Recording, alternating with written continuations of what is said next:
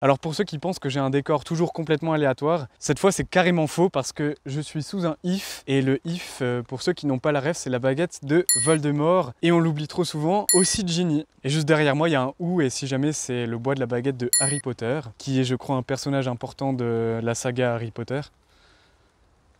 Mais je crois. Salut la compagnie! On commence tout de suite avec une plante pas très connue, puisque son apparition dans les films et dans les livres est aussi courte que le choc que reçoit Slughorn quand il essaye d'en cueillir en parfaite légalité.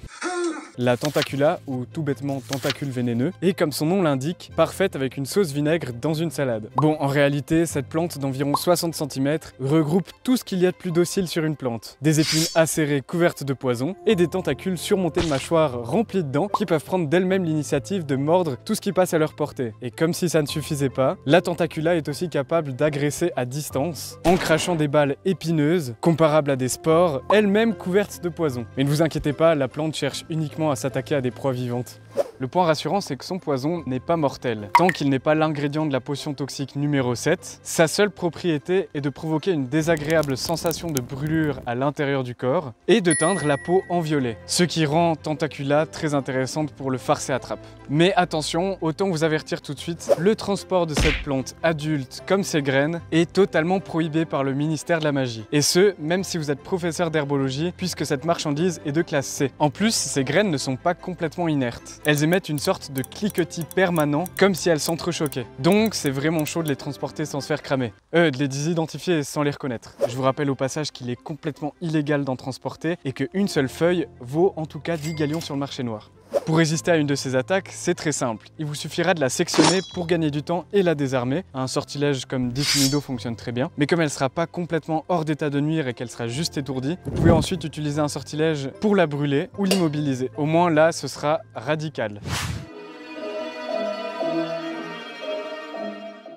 Cette plante est vert sombre, ses feuilles entières et cordées en cœur s'attachent de façon embrassante au bout de la tige cylindrique, là où il n'y a pas de mâchoire. Elle pousse dans des milieux très humides et apprécie beaucoup les sols pauvres de type terre de bruyère ou tourbe. Et faites gaffe, la semaine prochaine, il y a un examen. Je suis fichu. Bon, maintenant que nous avons toutes ces informations, on va essayer de la classer dans sa famille. Et je crois que nous sommes tous d'accord pour la placer dans la famille du coton et de la mauve sylvestre, c'est-à-dire les malvacées. Coucou. Alors bien sûr que non.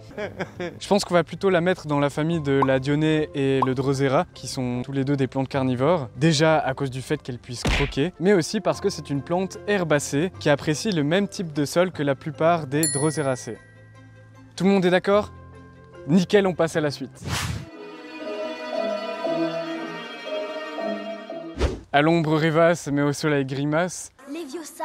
C'est un poème bien joli pour définir une plante aussi dangereuse. Bon, après, c'est pas la plante la plus dangereuse, puisque le ministère autorise quand même les personnes qui détiennent un permis de manipuler cette plante, ce champignon. Je m'explique. Faites ce que vous avez à faire. Il existe beaucoup de plantes qui prennent des formes biscornues lorsqu'elles sont exposées au soleil et qui supportent pas du tout la lumière. Mais d'une certaine façon, ces plantes aiment quand même la lumière, puisque justement, ce sont des végétaux. Donc, elles ont besoin de la lumière pour grandir. Par contre, le filet du diable, lui, ne supporte pas un pet de lumière. Et ce, même s'il pourrait très bien contenir de la chlorophylle. Tout ça pour dire que le filet du diable reste un grand mystère pour les botanistes. Voilà, ça c'était pour le petit prologue. Je n'aurais eu aucun mal à le faire. Le filet du diable est très connu pour s'enlacer autour de ses victimes. C'est comme ça que le filet du diable se nourrit. C'est un opportuniste qui profite de tuer tout ce qui lui passe sous la main. Et comme il n'a pas de système digestif, la plupart du temps, il attend que ses proies pourrissent à ses pieds et se transforment en terreau pour profiter de leurs nutriments. Aussi, j'espère que vous connaissez tous les sortilèges qui vous permettent de vous défendre face à une attaque. Le filet du diable déteste les sols trop riches, la lumière, les couleurs, le soleil et adore les cadavres. Et en plus, elle préfère l'Écosse à son pays d'origine qui est le Brésil.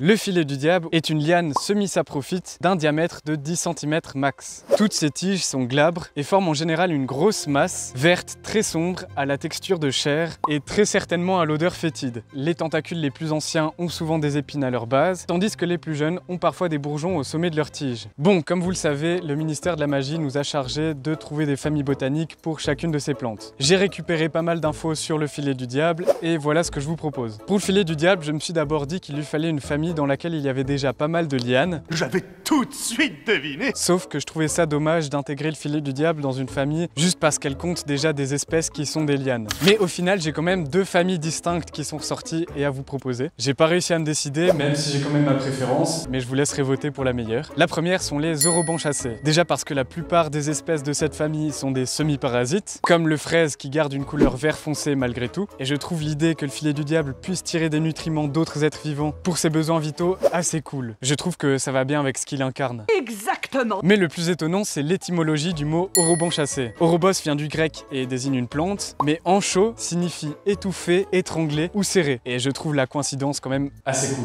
Et la deuxième, celle qui reste sûrement mon choix préféré, c'est la famille des solanacées. C'est la famille du tabac, de la tomate, de la belladone et de la mandragore. Déjà, paye-t-on l'eau de plantes magiques. Et en plus, bon nombre des espèces de cette famille sont concentrées en Afrique du Sud et pas mal d'entre elles ont été acclimatées facilement en Europe. On peut ajouter à ça que pas mal de solanacées sont grimpantes ou rampantes et que la plupart ne sentent pas vraiment la rose à cause des alcaloïdes qu'elles contiennent. Mais le mieux, c'est la Datura stramonium. Et oui, c'est encore une plante magique. Mais en plus, certains la connaissent peut-être sous le nom vernaculaire de herbe du diable. Et je trouve que, une fois de plus, ça permettrait au filet du diable de mieux s'intégrer à sa famille d'adoption. Et moi, le filet du diable dans la même famille que la belladone et la mandragore, je trouve ça cool. Si vous avez le temps de voter en commentaire, le ministère de la magie et moi-même vous serons très reconnaissants. Et en attendant, moi je vous dis à la prochaine. Salut la compagnie.